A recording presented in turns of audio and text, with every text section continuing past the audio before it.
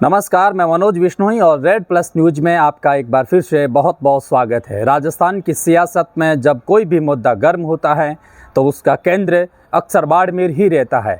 इस बार बाड़मेर के पूर्व विधायक मेवाराम जैन की वापसी की बात कर रहा हूं। मैं वापसी की कोशिश कर रही हैं वे मेवाराम जैन राजनीति में वापसी की कोशिश कर रही हैं। तो इस बार हुआ यूं कि बाड़मेर के पूरे विधायक मेवाराम जैन की वापसी की कोशिशों ने राजनीति के गलियारों में एक नई हलचल मचा दी है। मेवाराम जैन, जिन्हें पार्टी से निलंबित कर दिया गया था जब उनका एक कथित वीडियो वायरल हो गया था जिसमें वे किसी महिला के साथ देखे गए थे। हालांकि कोर्ट ने उन्हें बरी कर दिया और ये साफ हो गया कि वीडियो की वास्तविकता कुछ और थी। लेकिन राजनीति में कोर्ट का फैसला शायद कम मायने रखता है।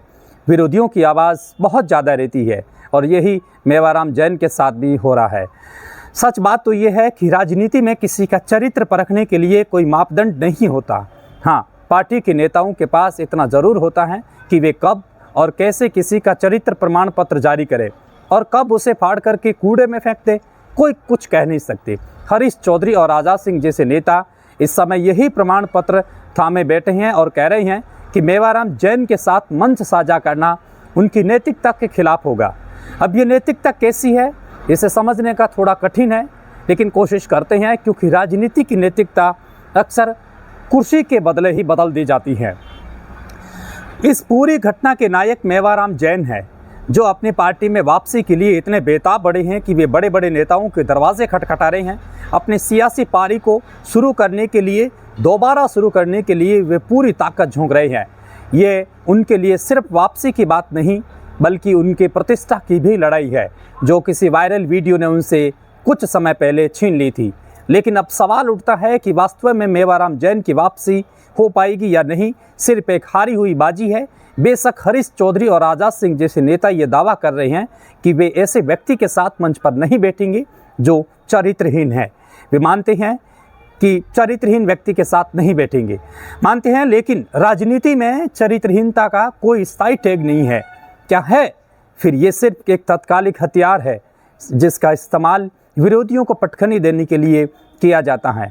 राजनीति में ऐसा बहुत कुछ होता है जो दिखावे पर आधारित होता है। मेवाराम जैन का मामला इसी का बेहतरीन उदाहरण है। ये वही राजनीति है जहाँ सत्ता के रहते हुए किसी चरित्र कभी सवालों के घेरे में नहीं आता, लेकिन सत्ता से बाहर होने के बाद वही चरित्र नैतिकता के नाम पर मुद्दा बन जाता है।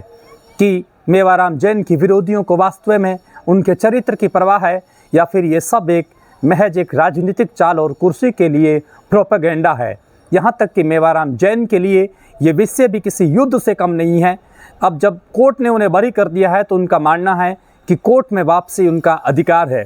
लेकिन राजनीति के नियम कोर्ट के फैसले से नहीं, बल्कि पार्टी की आंतरिक राजनीति से चलते हैं। मेवाराम जैन को इसका भलीभांति अंदाजा हो गया है जब उन्होंने पार्टी के बड़े नेताओं से संपर्क साधा और अपने वापसी की गुहार लगाई। अब यहाँ पर पूर्व मुख्यमंत्री अशोक गहलोत की भूमिका भी दिलचस्प होती जाती है। हाल ही में सोशल मीडिया पर एक तस्वीर वायरल हुई जिसमें मेवाराम जैन अशोक गहलोत के साथ में खड़े हुए नजर मिलते हैं, दिख रहे हैं। वे तस्वीर अपने राजनीतिक में एक संदेश है कि हालांकि ये हो भी सकता है कि गहलोत जी सिर्फ औपचारिकता निभा रहे हैं, लेकिन तस्वीरें राजनीति में कभी सिर्फ तस्वीरें नहीं होती, उनका एक साफ संदेश होता है कि भविष्य की रणनीति क्या है। ये तस्वीर बतलाती है कि मेवाराम जैन कोशिश कर रही हैं कि उनकी वापसी की राह आसान हो जाए। अब सवाल यह है कि हरीश चौधरी और आज़ाद सिंह जैसे नेता अब क्या करेंगे जब अशोक गहलोत जैसे कद्दावर नेता के साथ मेवाराम जैन की तस्वीर आई है। क्या वे अब ये भी कह पाएंगे कि ऐसे व्यक्ति के साथ मंच साझा नहीं करेंगे, या फिर वे धीरे धीरे इस चरित्र की लड़ाई को भूलकर राजनीति के असली खेल में शामिल हो जाएंगे।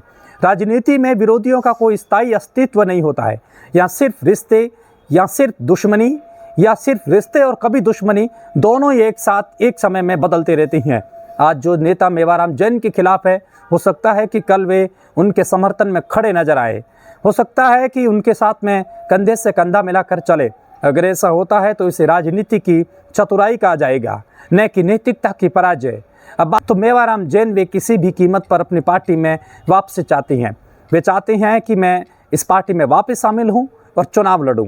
इसके लिए वे बड़े नेताओं से लगातार मुलाकात कर रहे हैं। हालांकि विरोधियों की चुप्पी अभी भी जारी है, लेकिन ये चुप्पी कब टूटेगी ये देखना दिलचस्प होगा, क्योंकि राजनीति में कुछ स्थायी नहीं होता। और शायद ये भी संभव है कि जो लोग उनके साथ में यानी कि मेवाराम जैन का विरोध कर रही हैं और विरोधियों के साथ में, वे कल उन्हीं के साथ में मन साझा करते हुए नजर आ जाएं। यहाँ एक और दिलचस्प पहलू यह है कि सत्ता में होता है तो उसके चरित्र पर सवाल उठाने की कोई हिम्मत नहीं करता, लेकिन जैसे ही वह सत्ता से बाहर होता है तो उसके चरित्र को लेकर के चर्चाएं मार्केट में होनी शुरू हो जाती हैं। ये वह राजनीति का अनकहा नियम है जिसका पालन हर पार्टी के नेता और हर पार्टी का शख्स करता है। मेवाराम जैन के मामले में भी यही हो रहा है। जब वे विधायक थे तो किसी ने उनके चरित्र पर सवाल नहीं उठाए, लेकिन जब वे पार्टी से निलंबित हैं तो अचानक से उनके चरित्र का मुद्दा सामने आ गया। ये राजनीति का खेल है जहाँ नैतिकता और चरित्र की बातें सिर्फ तभी की जाती है जब विरोधियों को कमज़ोर करना हो। इस पूरे प्रकरण में सबसे बड़ा व्यंग्य ये है कि राजनीति में चरित्र की बातें वही लोग करते हैं जो खुद इस खेल को समझने के लिए कभी न कभी पुराने खिलाड़ी रहे हैं। हरीश चौधरी और आज़ाद सिंह जैसे नेता तो आज मेवाराम जैन के चरित्र पर सवाल उठा रहे हैं। क्या वे खुद पूरी तरीके से निर्दोष है? क्या वह एक सवाल है जिसका जवाब शायद ही कभी मिल जाए? क्या ये सवाल एक गुमचुप रह जाएगा? लेकिन राजनीति में जवाबों से ज़्यादा सवाल मायने रखते हैं और मेवाराम जैन के मामले में भी यही हो रहा है।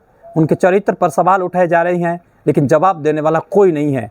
अब देखना यह है कि मेवाराम जैन इस जद्दोजहद को किस अंजाम तक पहुंचाते हैं। क्या वे अपने पार्टी में वापसी कर पाएंगे या फिर राजनीति के इस खेल में वे हार मान जाएंगे? ये समय ही बताएगा। लेकिन एक बात तो तय है कि मेवाराम जैन ने हार मानने का इरादा नहीं किया है और वे अपनी सियासी वापसी के लिए जी जान से जुटे हुए हैं। लगातार नेताओं से मुलाकात कर रहे हैं। अगर उनकी वापसी होती है तो ये साबित हो जाएगा कि राजनीति में कुछ भी असंभव नहीं है, और अगर नहीं होती है तो ये भी राजनीति का एक हिस्सा होगा कि जहाँ कुछ लोग जीतते हैं और कुछ लोग हारते हैं।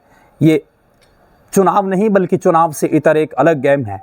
लेकिन एक बात तो ये साफ है कि इस पूरी घटना ने दिखा दिया कि राजनीति में नैतिकता और चरित्र की बातें सिर्फ दिखावे के लिए की जाती हैं। असली खेल तो सत्ता और कुर्सी का होता है, और इस खेल में कौन कब किसके साथ होगा ये कोई नहीं बता सकता। ये केवल और केवल समय बता सकता है। राजनीति में ये सब कुछ अवसर की गोटियाँ हर कोई खेलने के लिए आमाद है। इसी तरीके से मेवाराम जैन भी ये चाहती हैं कि राजनीति में दोबारा वापसी हो।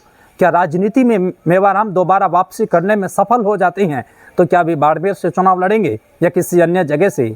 अगर वे बाड़मेर से चुनाव लड़ेंगे तो आज़ाद सिंह की दावेदारी को लेकर के आप क्या कहना पसंद करेंगे? वीडियो को लाइक आया है तो पसंद करें, शेयर करें, देश और दुनिया तक ज़रूर पहुंचाएं। आज के इस एपिसोड के अंदर इतना ही। देखते रहिए रेड प्लस न्यूज़।